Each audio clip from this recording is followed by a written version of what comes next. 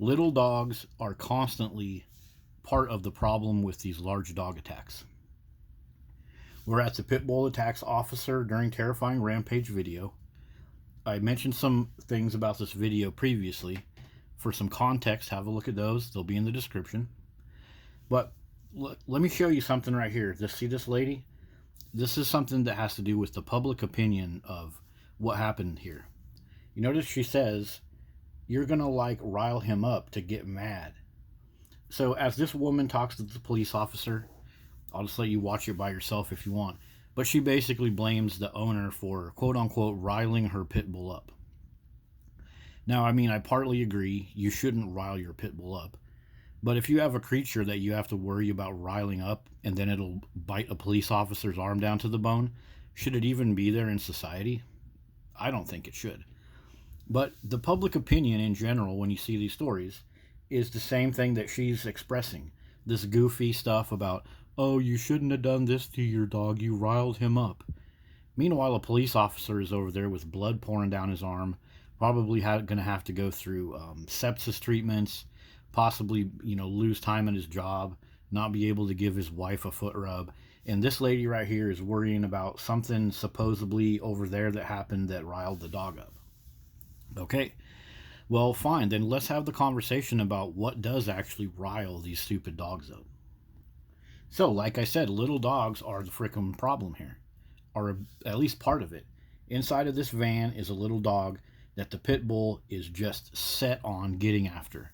The little dog is in there yapping, poking its head out the window, and instead of driving that van somewhere else, instead of getting that van out of there, no, they just sit there and they blame everyone else. The owner blames the cops blames the owner, the bystanders, they're just blaming whoever. There's always some elusive ghost that they're blaming.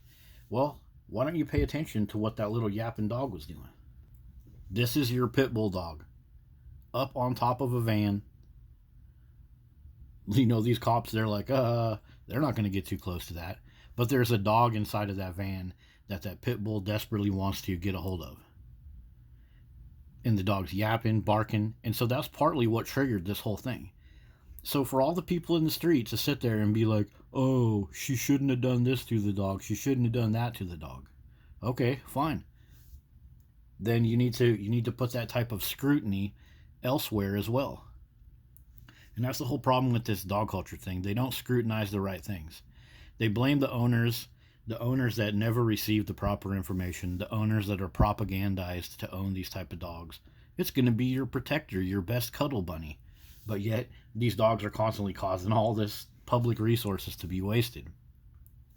So yeah, little dogs are a huge freaking part of this. Another case that I mentioned in reference to the Taser part of this video, in this video, it's one of many where little tiny dogs, these little yapping bastards, they go after the canine, and then they get zapped. And even the owner, check this out. This is like one of the owners of these Boston Terriers. If you watch this video, this little dog right here got zapped with the Taser, and as the dog ran back, this guy was still so frustrated with the issue that he took his crutch and whacked that dog, and that dog went face first into the fog light of that car. So, this isn't just a one-off thing that I'm talking about in the video from Wisconsin. These little dogs are constantly throwing a match to a fire that's already burning a little bit and creating more and more problems. There's no relaxation here. All the stuff that dogs are supposed to bring to us, as soon as you add one or two more dogs to the mix, it's like boom, nuclear reaction. And for all the people that put those memes up on Facebook, dogs know us better. I trust a dog more than I trust a human. Well, why don't you go open the door of that Chrysler Town and Country or Dodge Caravan and let that little dog out and see how much you're going to trust what happens. That frickin' pit bull's going to get a hold of him and probably kill him within a matter of moments, or the dog will bleed out. And all of the costs to repair the dog and save the dog and get the rabies test for the other dog, that'll all have to be handled by humans, not dogs. So yeah, little dogs are a huge part of this, and it's just the presence of dogs that makes things worse. Like, take away the pit bull from this whole scene in Wisconsin and add a couple kids on scooters laughing and having ice cream. It would be so much better. Take away the little dog. That pit bull probably wouldn't have been so damn triggered, and that goofy lady probably would have got the leash on 10 or 20 minutes earlier, and everybody would have walked home and, went to the bar and got themselves a Pabst Blue Ribbon.